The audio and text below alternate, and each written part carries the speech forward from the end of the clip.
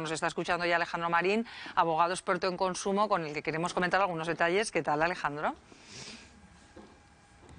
Venga, pues tampoco se escucha, Alejandro. Esto es una maravilla. Vais a tener como el apagón de luz, el apagón del sonido. Alejandro, ¿qué tal? ¿Ahora sí? Ahora, venga, vamos con ello. Se han agotado en 9 minutos esos abonos a diferentes precios.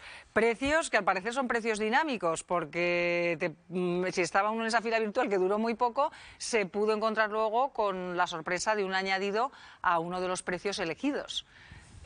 ¿Todo esto es legal, Alejandro? Pues sí, los precios dinámicos son legales.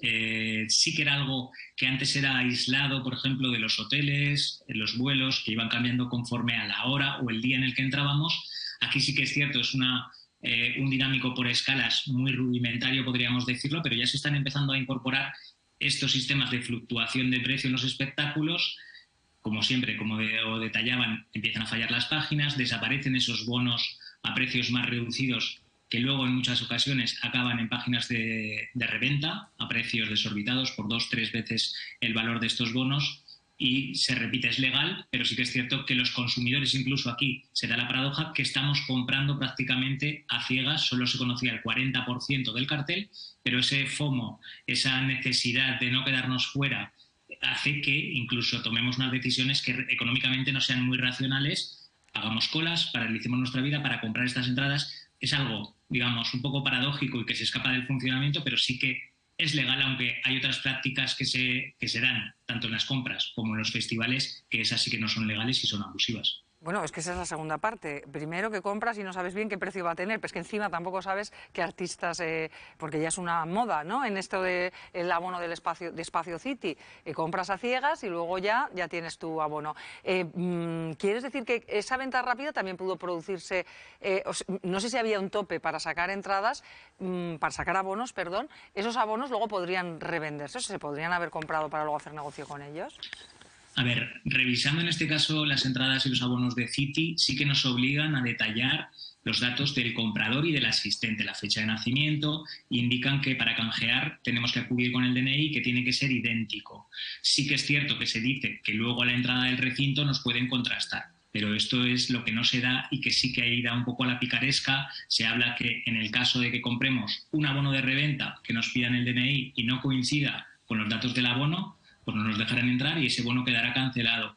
Pero es imposible materialmente controlar a las 100.000, 20.000 personas que entran cada día en el espacio. Por lo tanto, ahí es, digamos, donde hay margen, aunque sí que es cierto que el Espacio City pone estas limitaciones, que otros festivales no lo hacen, o otros eventos, y sí que se permite esa venta porque no es nominativa. Aquí sí que es, pero ayer ya en redes sociales se empezaba a ver determinadas publicaciones de vendo bono para el Espacio City. Habrá que esperar cuando se aproximen las fechas para ver cómo van esas páginas de segunda mano y a qué precios, pero muchas veces triplican, cuatriplican, es decir, gente que está dispuesto a pagar 400, 500, 600 euros por acceder al recinto esos 10 días, y es una práctica que se repite. Aquí sí que es cierto que está más limitado con esas garantías que han establecido los organizadores, pero muchas veces los usuarios con esa necesidad incluso estamos dispuestos a correr el riesgo, a comprar, no saber la legitimidad de ese bono, incluso de si vamos a poder entrar, pero pagamos y nos sometemos a los riesgos de esa compraventa y reventa.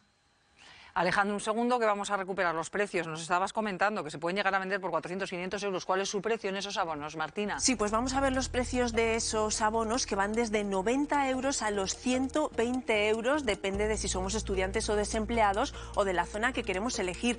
Pero ha habido polémica por los gastos de gestión para comprar esos abonos, porque llegan a superar los 30 euros en algunos de los abonos que han comprado la gente que estaba interesada en ir al Espacio City. Recordamos, en 9 minutos se agotaron 12.500 abonos.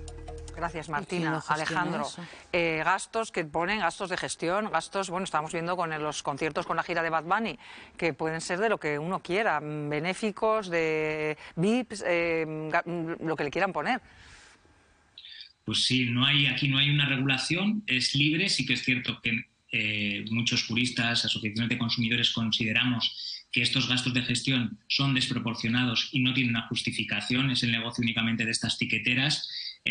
Sí que es cierto que Espacio City, por ejemplo, en las entradas estaba revisando, Manu Carrasco 44, nos dan al menos 44 euros la entrada. No es nada popular ese precio, pero nos incluyen el precio final. En otras ocasiones, ¿qué nos encontramos? Que pensamos que la entrada, el bono, cuesta 100 euros y cuando vamos a finalizar la compraventa y meter los datos de la tarjeta, vemos que se incluyen los impuestos, gastos de gestión. Sí que es cierto, por ejemplo, en la entrada que citaba de Manu Carrasco, ofrecen servicios que algunos no tienen ninguna lógica, como el servicio de recuperación de entrada, 1,20 € más, y si no estamos hábiles igual clicamos y cargamos un sobrecoste.